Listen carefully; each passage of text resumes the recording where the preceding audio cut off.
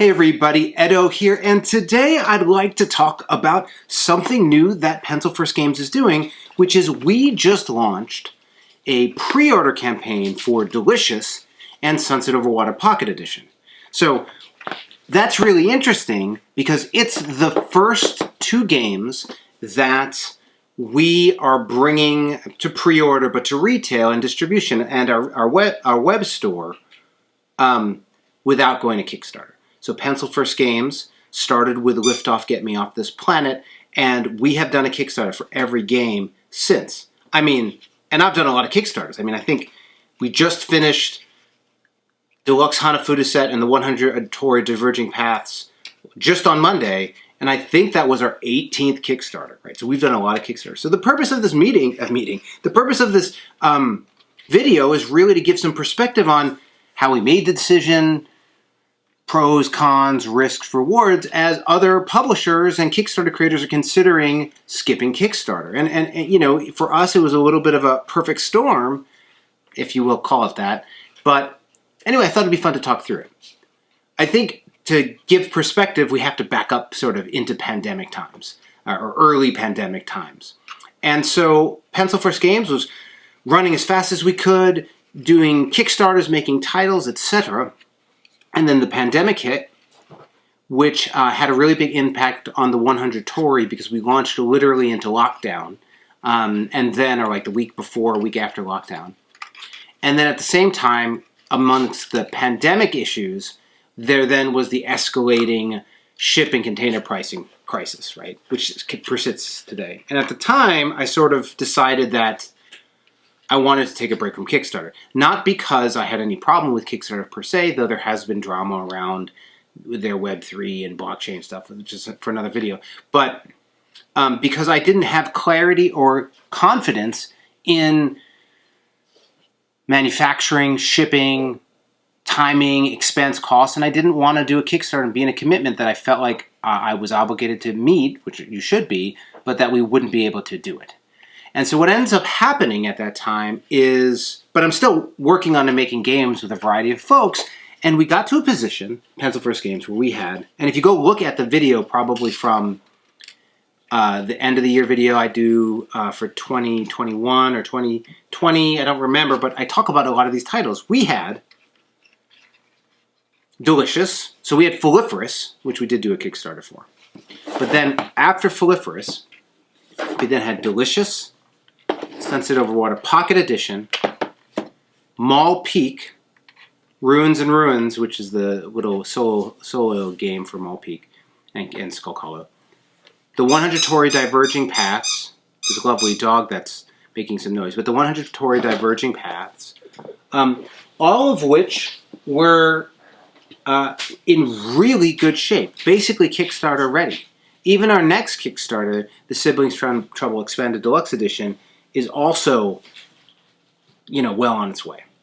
And at the time, Kickstarter had not made the official statement they have today, which is Kickstarter creators can do 3 campaigns if they have a good track record. Used to be an unstated thing, and there was risk, and so Pencil First Games had done maybe 1 or 2, but we had never gone 3 deep or more, right? And so, to some extent, there was a concern on I had so many titles that could go to Kickstarter, and to some extent you can bundle games together and do group Kickstarters, but they weren't so the same to do something that was like, all the games being manufactured together, and here's our Dr. Finn's Games has done like the 2023 games. It didn't fit exactly, and actually I didn't want the compounded risk of it. So I was sitting on a deluge of unpublished, ready to go stuff. And to some extent, part of the conversation was like, well, how can we speed this up? How can we come to market? Around the same time, Pencil First Games had seen a decent boon over pandemic in terms of players engage. Like Foliferous did really well coming to market, and Herbaceous was still selling well. And we had a little bit of a little bit more of a cushion than we normally have financially, right? We had a little bit more money to spare. So 1, deluge of products. 2, we had some additional money available to us. And then 3, I don't know if I'd call it a sister company, but Thunderworks Games, like Dr. Finn's Games, Thunderworks Games, are like two companies I talk with, Steve and Keith Matega, very often and follow them along. And there are a lot of other companies I deal with on a regular basis, but Steve, because I work with him on a ton of games, but Keith as well. And Keith and Thunderworks Games had seen a lot of great success with Cartographers, which was direct to retail, skipped Kickstarter. Ultimately, they did Cartographer Heroes on Kickstarter, but the original title wasn't. And so, there was an interest and engagement on saying, hey, maybe it makes sense for us to print on our own and go for it. The other thing, so I guess there's another factor for us, was Herbaceous, continues to be successful, but Foliferous did really well out of the gate, and we wanted to reprint. So essentially, part of the calculation was, okay, how much product do I need from those other games? And then essentially, I said, hey, like, how close can I get to filling a 20-foot container or a 40-foot container? And what would that mean? Like, what would it mean if I just wanted to do reprint product? What would it mean if I did Delicious? And I worked through all the CBM and calculations and came to the conclusion that there was this mythic container that we could fill that would be essentially reprints as well as the new titles. So, we took a large gamble. So, I mean, the reprints are not large gambles. The reprints are a little bit about how much we're going to print, whatever, but those titles have, generated their sort of reprint dollars as they go through it. But certainly not pre-funding games is a large amount of risk that we've never taken on for an unknown title. And I thought about it in a couple ways. Well, one way was, in regards to Delicious, and Delicious is, I think, a little bit more expensive to manufacture than Herbaceous, certainly, but also Foliferous, because it has the pencils and the bag, and it has the 200 card, pads and things like that. So it's a pretty heavy, full, small box, but, it's in our most successful, at least in terms of quantity, line, right? This box, this family is Pencilfirst Games' most successful. Herbaceous drives that, but Foliferous has been strong within that. And also because it's small, it's, manufacturing a game at a $2 or $3 or whatever price point is very different than manufacturing a game or an 8 or 9 or 10 price point, right? In terms of upfront financial cash that you need. Also, the art development was a little less on this than, say, Foliferous. There just wasn't as many cards, and so there are a variety of reasons that this was a little bit more compact price risk-wise. So it was a great combination of lower risk, because it's a cheaper, smaller game, lower cost, and then lower risk because it sits in a family that is like ultimately needs to stand on its own, and everyone should love this fantastic game, but it's a game that is in a family that has proven to be pretty strong for us, and it's built on not just these small games, but the Whatnot Cabinet and Herbaceous Sprouts and the 100 Tory, a whole line of products that we've been building around. In terms of Sunset Over Water Pocket, this is interesting because this is a small title. This, there's very little new art. There's no new art. It's mostly graphic design of shrinking everything down. But the upfront cost of producing, of developing this is limited.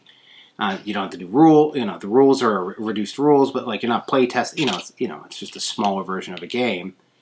So that helps. And then, because of the success of Herbaceous Pocket Edition, but also the limited print, right? Like this is a title that I think we did 2,000 units, right? And so this is a good solid 2 to 3 year supply. But it was something that we've been very happy with this sort of ongoing performance of Herbaceous Pocket Edition, and we're eager to continue to build out our web store. So this is going into retail. This isn't. This never goes into retail. This is Pencilfirst Games only, as is Herbaceous Pocket Edition, as will be Hanafuda, as will be the Foliferous Pocket Edition, albeit this is not manufactured, but Foliferous Pocket Edition, which is something that we're going to do next year. So, which we announced on the Dice Tower Summer event or something like that. But so, you know, Pencil First Games is very active and regularly engaging the retail sector. We've continued to do Kickstarters, but we've been trying to build out the space. So a lot of time has passed since that decision point. And you know, when time passes, other budgeting things come into play, and you're like, man, I really wish I had that 20 grand, or I really wish I had that 30, 40 grand. It does make you question or consider whether or not, you know, it made the most sense to bypass the Kickstarter, because really it's just de-risking that group, right? I think, you know, Pencil First Games has had a really strong track record and has a strong audience, and I don't think it's going to be a killer campaign, but certainly you could, you know, be confident in that if I did a Kickstarter for a title that fits in this line, 1,000 or 2,000 backers or 1,500, you know, 1,000 to 1,500 backers is like a pretty, you know, that's a pretty core audience that really likes these titles, this look, this space, Steve Finn's design, etc. And so, but anyway, we didn't do that, and decided to bring them to market together. Now, what did that do? Well, it meant that I could jump right in and go into Mall Peak and then move into Hanafuda and the 100 Tori and still have a release this year, right? Those titles are not coming out this year. So basically, Pencil First Games would have had no release. If we had done a Kickstarter and waited the additional time, you know, these titles wouldn't be hitting this year, would be hitting next year. So once we decided to do all this, we moved forward with it. I have looked at the locked up money and been like, man, it would have been nice to have that money in advance. But we made our decision, and you can't underprint. But, you know, again, the risk due to the size was lower. And then part of the next interesting little bit about this was just like sort of like, how do we want to release it? And ultimately, I felt like, well, this is our opportunity to draw people to our web store. You know, let's do them together as a pre-order together, incentivize it where on our web store right now, if you back two things, it doesn't have to be these two. It could be Delicious and Foliferous, or Sunset Over Water Pocket and Herbaceous Pocket. We'll give you an additional $5 off and just drive people during the pre-order period to check out our shop.pencilfirstgames.com and pre-order. Also, I mean, it's super neat from a Kickstarter comparison perspective is, you know, as of right now, actually, the product has landed at port, and it's going to be unloaded and then shipped, and then has to ship here for fulfillment. But, you know, I don't know exactly, but somewhere in the next 4 to 5 or 6 weeks, I'll have it, right? So this is like pre-order, and then within 6 weeks, you're going to get your game, and then we'll release it to retail. And that's really exciting. It's just exciting to have somebody buy something they are interested in and get it somewhat soon afterwards, as opposed to Kickstarter, where you're going to wait a year, right? So we you know, and so timing was interesting. We could have launched before the Hanafuda. We could have had a larger window and launched before Hanafuda and Diverging Paths. We were really busy, and I didn't want to create any distractions or confusion, so I didn't. And then we could have launched during, but that seemed even worse. So I talked about it with Jessica, and we decided, hey, well, let's let the Hanafuda Tori Kickstarter go through, and then when it's done, apparently the next day, which she told me the day of was also her birthday, which I was like, you could have said something. But we decided to do the pre-order directly after. Pre-order campaign's pretty straightforward. Community page, newsletter, right? We're not doing some big spend, but we hit folks that we know are interested in our stuff and move through it. From conversations with Keith and some other folks, I had really modest expectations for the pre-order program. I expected low pre-orders at 50, like high at 300, like maybe a little bit more, but that was sort of where we are. And I think right now we're at like 120, right? So, you know, not the low. And I think by the end of it, at the current pace, getting to about 200 seems like it's going to happen, maybe 250. So that's about and so we budgeted. We've met the budget. Budget as in like the target revenue I was expecting to generate with this. So I met the P&L for the budget of it, and it's performed, you know, the way I had hoped. In that some of these orders are Delicious, or some of these orders are Sunset Over Water Pocket, but that's actually the minority. I would say the orders are oftentimes both, or the pairs and the pairs. Or, you know, we've gotten a number of orders that's like these plus 2 other games, right? So it's had a good synergy and driven a lot of additional revenue from our web store, which is great. Ultimately, whether this was a good idea or a bad idea comes down a lot to how. So Sensitive Water is going to perform pretty. It'll have this little bump, and then it'll just be a regular ongoing seller from our website over time, like for years, and that'll be that. Like, I'm not worried about it. We printed a comparable amount of Herbaceous Pocket Edition, which we still haven't sold out of, and I think it's just going to be part of our line of stuff. The cool thing is, in our new prints, all those new reprints and stuff, we actually talk about our web store more and what's in it, whereas that was sort of a little more unknown. So we'll see if we get a bump there. But financially, this is what it is.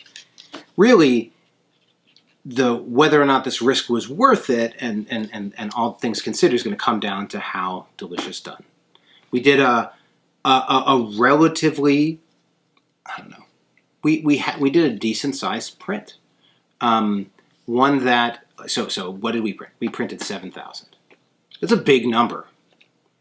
7,000 though is incomparable to what we've been doing in these titles, in that typically from the Kickstarter you'll sell about 1,500 to 2,000, and then for a first run title of about this size, coming in at bringing about 5,000 to retail is about where Pencil First Games is today.